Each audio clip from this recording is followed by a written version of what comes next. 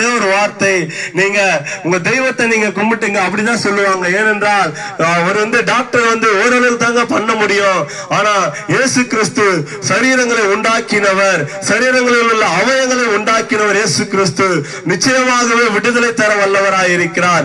உள்ளத்துல மாத்திரம் ஒரு சின்ன இடத்தை நீங்க கொடுத்து பாருங்க, நிச்சயமான சமாதானம், நிச்சயமான சந்தோஷத்தை இயேசு கிறிஸ்து உங்கள் வாழ்விலே இன்று நாளில இந்த சத்தத்தை கேட்டுக்கொண்டிருக்கிற இன்றைய நாளில உங்களுக்கு தர வல்லவராயிருக்கிறார். நீங்க விடுதலை பெற்றுக் கொள்வீர்கள். நிச்சயமாக நம்பி பாருங்களேன்.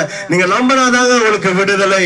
ஆமாங்க, ஒரு கடையில ஒரு பொருள் விக்குதுன்னு சொன்னா அதை போய் நம்ம வாங்கி டேஸ்ட் பண்ணி பார்ப்பல, அப்படியா நீங்க டேஸ்ட் பண்ணி பாருங்களேன்.